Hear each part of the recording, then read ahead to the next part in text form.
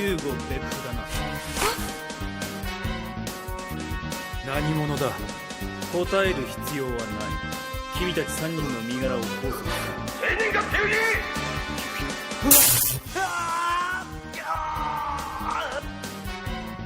帰れるんですかね。一緒に逮捕した女と同じように問いを送ったもの。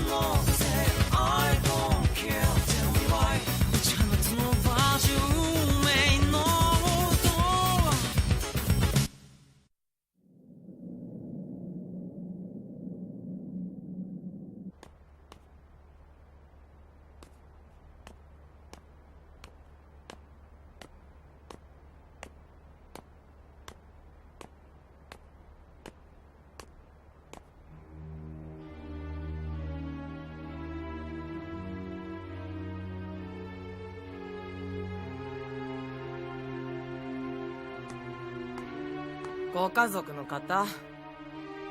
友人です。犯罪に関与した娘だって置いてかれたんだけどね。私たちも困ってるのよ。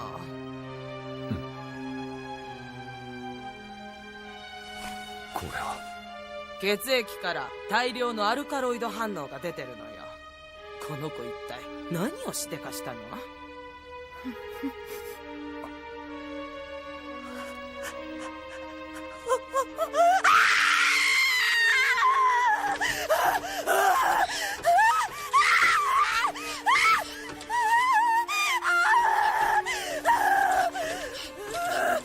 担当の先生よ。ここに運ばれてきてからずっとそうなの。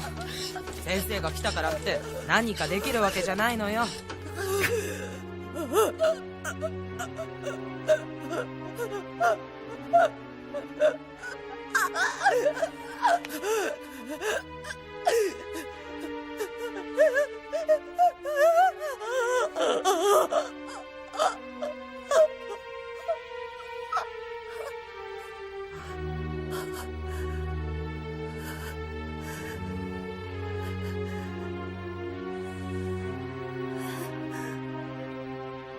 今日は早く落ち着いたわね。あなた友達だったら家族に連絡ぐらい取れない？この子を引き取ってくれるよう伝えてもらえないかしら。このまましばらくお願いします。仕事が終わり次第僕が迎えに来ます。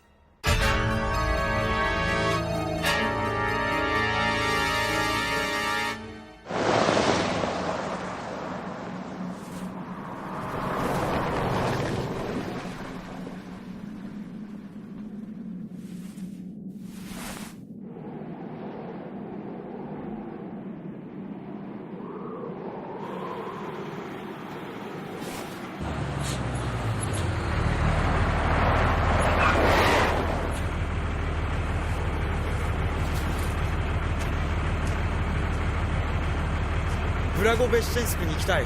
途中までならば助かるよ。あれな。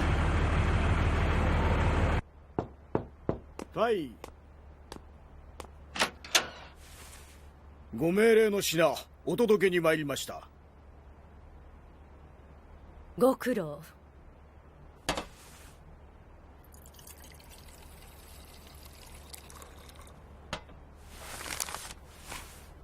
外国製か。はい。どうした？シェーキン中佐がお呼びです。ネゴシエーターが消えたそうです。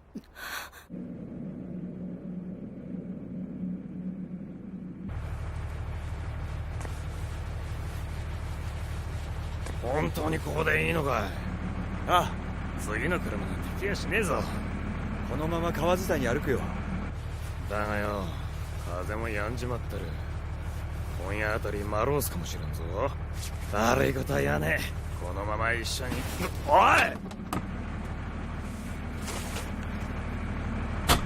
外国人のお前は知らないだろうけどな、マロースってのは氷点下40度以下まで下がることもあるんだ。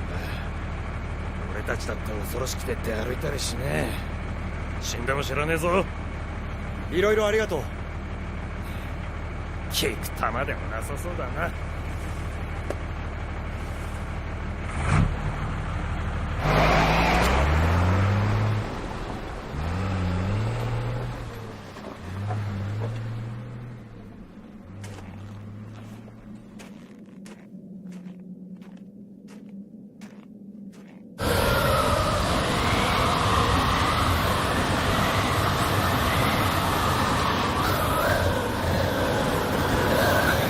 参ったな。これじゃどっちが上流だかわからない。こいつの出番だ。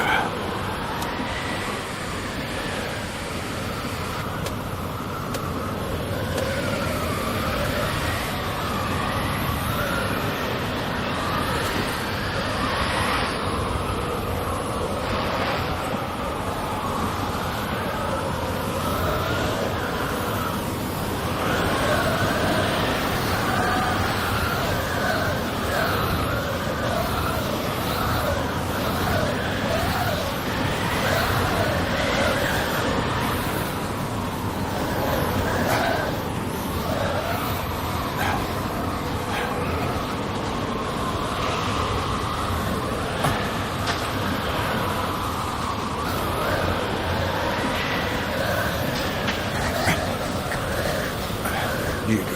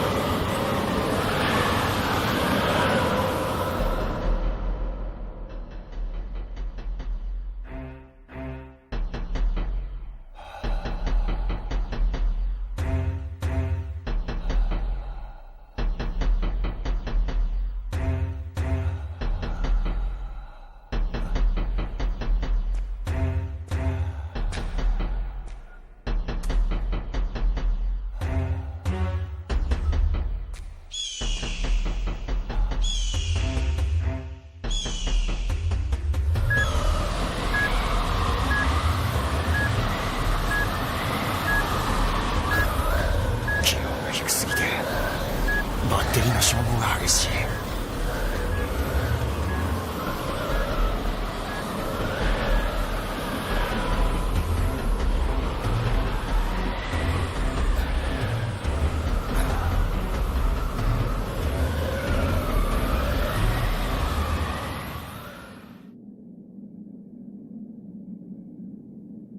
煙。町が近いな。向こうは中国か。これ以上アムール川を進むと国境警備隊に発見されかねない。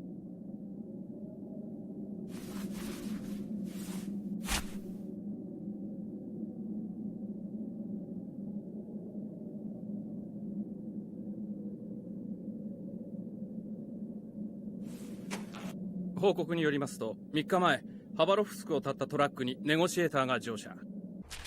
ジャー川合流点でトラックを捨て、徒歩でここブラゴベシチェンスクに向かったとのことです。奴がトラックを降りたのは？運転手の証言によりますと、昨日の午後4時頃ということです。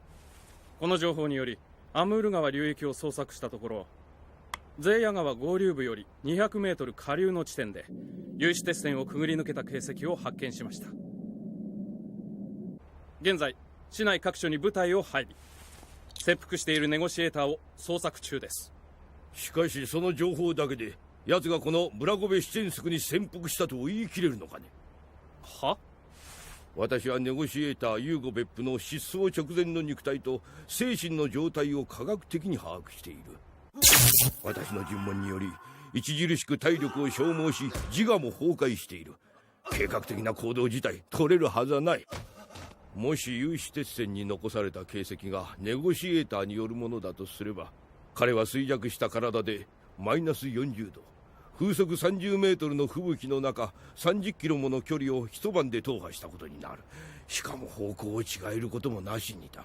到底考えられん。君はそんなことも分析できないのかね？君の尋問に落ち度があったとは考えないのかね？彼の能力を適切に判定したという自信はあるのか、ビクトル君。尋問の後、彼を即刻強制退去させるという命令が実行できたのかね？君の判断ミスが現在のこの状況を生んでいるとは思わないのかね？だがビクトル君、私は君の判断ミスは不可抗力ではないかと思っている。ネゴシエーターの能力の判定はもともと凡庸な将校には無理だったとね。そうでなければ我々は月齢の懲罰委員会の議題にされるところだ。懲罰委員会？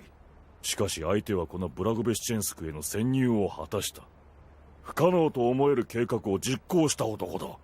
君がその能力を見誤るのも無理はない。そうだろう。はい。このことは君に責任はない。君を任命した私にもだ。わかるな？は、仰せの通りであります。よろしい。この件は不問としよう。オリガ隊、彼が身の危険を冒してまでここに潜入した狙いを君はどう考えるかね？考えられることは一つです。彼の目的がナジェイジュダを合法的に国外へ移住させることであるならば、彼のブラゴベシチェンスクへの潜入は体内傍聴局との交渉以外ありません。バカな。我々に交渉の余地がないことぐらい身をもって知ったはずだ。我々ではありません。この作戦の最高指揮官です。まさか内務省体内傍聴局シベリア地区司令官？ガラーホは少々閣下との直接交渉、それが彼の目的です。全ての要員の休暇を取り消せ。緊急配備の人員配置を2倍にする。奴の目的などどうでもいい。捕らえ次第日本に強制送還するだけだ。いいな。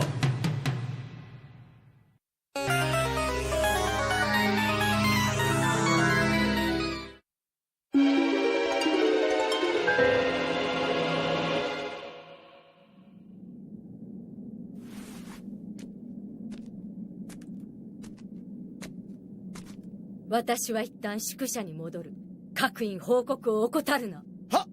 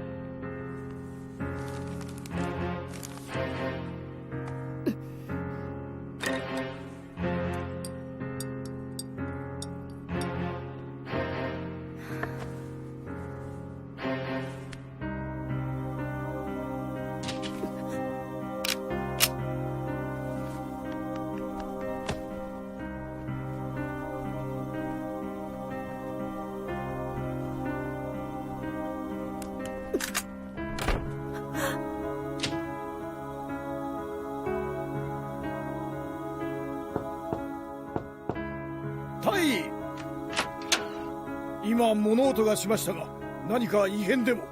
着替えをしていて転んだのよ。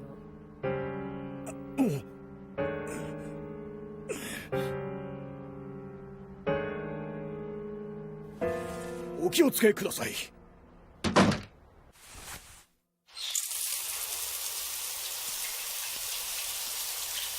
話だけは聞いてあげる。でも勘違いしないで。左手でも銃は扱えるし、警備兵を呼ぶこともできるのよ。君がこの任務に就いたのはいくつの時だ？僕の調べでは8年前、君は19歳の時、アメリカのロシア財団の推薦を受け、セルゲイ・アレクサンドロビッチの秘書として着任している。その頃の君は任務をどう考えていた？答えてほしい。君を知る上で大切なことだ。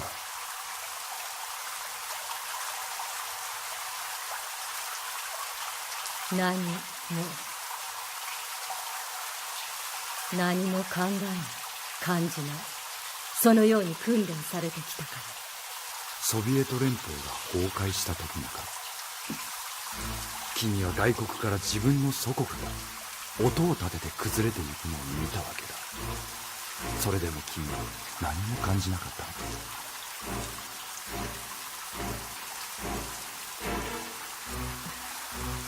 初めて何かが愛しいと感じたわ。とても。その時溢れ出た感情は祖国への思いじゃないのか？そしてセルゲイ氏も君と同じ思いを感じていた。見せてくれないか、彼の遺言状。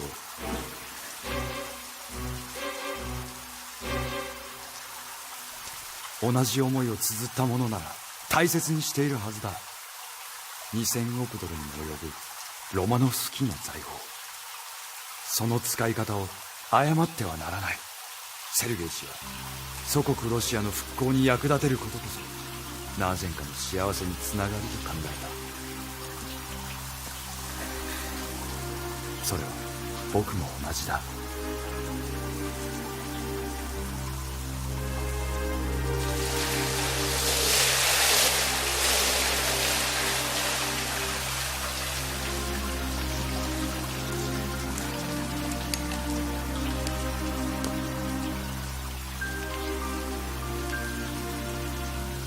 作成時にコピーしたものだ。内容は今あなたが話した通り。セルゲイ氏は全ての点で立派だった。国家に背く犯罪者だと聞かされていたのに、彼は本当に祖国ロシアを愛していたわ。私も彼が愛するように祖国を愛したいと願った。だが息子のアンドレは違った。父が他界するや否や、ここに書かれた2000億ドルを自分のものにしようとした。この遺言は、神よ、私は全てをあなたに委ねると結ばれている。これはこの莫大な財宝を神ではない、一人の人間に委ねてはならないということだ。それがアンドレであっても、内務省体内防聴局司令官であろうとも。出てって。これ以上何も聞きたくない。セルゲイ氏の遺言を執行するためには君の協力が必要だ。私に裏切り者になれというの？君がなる必要はない。紹介してくれるだけでいい、裏切り者。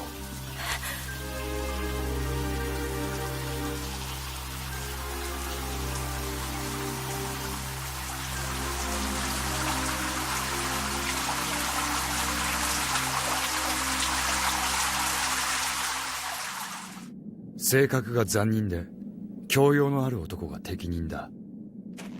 そういう男は自分の想像に怯えて人も自分さえも裏切るものだ。心当たりは？待たせたね、ビクトル中尉。どういったご用件でしょうか？君はハバロフスクでネゴシエーターユーゴ別府を尋問したな。その際彼から協力もしくは情報提供を持ちかけられた事実は？はあ、私にはさっぱり。どういうことですか？質問にだけ答えろ。持ちかけられたのか？そのような事実は一切ありません。ではこの文書を確認してくれ。数時間前本部前の植え込みからユーゴ別府の所持品とみられるバッグが見つかった。これはその中から出てきたものだが、奴は依頼人である日本のアンドレイにこの書類をファックスで送っている。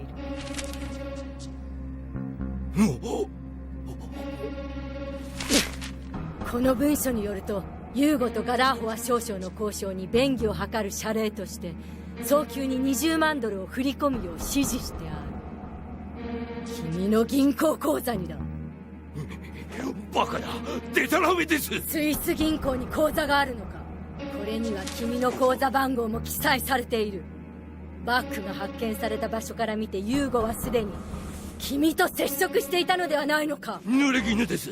そのような事実は一切ありません。接触もしていません。信じてください、大尉。信じてください。誓えるのか？もちろんです。祖国ロシアに誓って事実無根です。ビクトル中尉、私は職務上この件を報告しなくてはならない。しかし私は君の忠誠心を信じよう。感謝いたします。私の信頼を裏切るな。はっ。ユーゴ、私が協力できるのはここまでよ。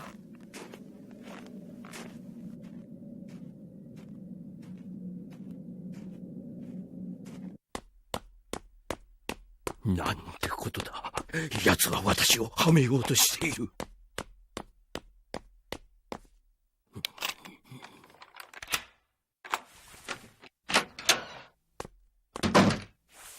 待っていましたよ。あなたと話がしたい、ビクトル中尉。おお。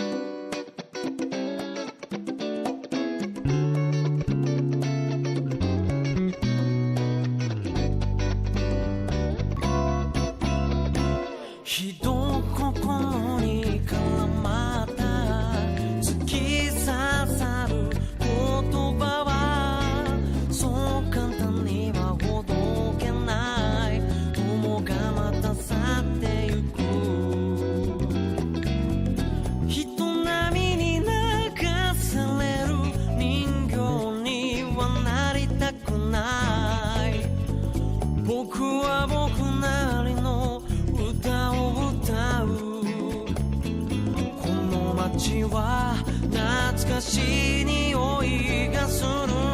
幼き頃を思い出す。ゲッチュゲッチュ心掴んでいつまでも離さない。ベイビーベイビーいつになったら抜け出せるの I don't know。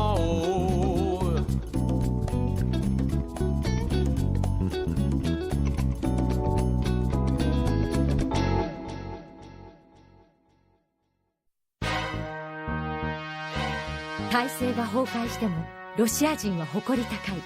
どんな状況でも自分の仕事を果たす人々。ロシア人としてのプライドが人々を支えている。しかしそうでない奴もいる。リューバを病院に送り私腹を肥やすビクトルをユーゴは許すことができなかった。次回ユーゴ交渉人セカンドネゴシエーション第5話、尋問。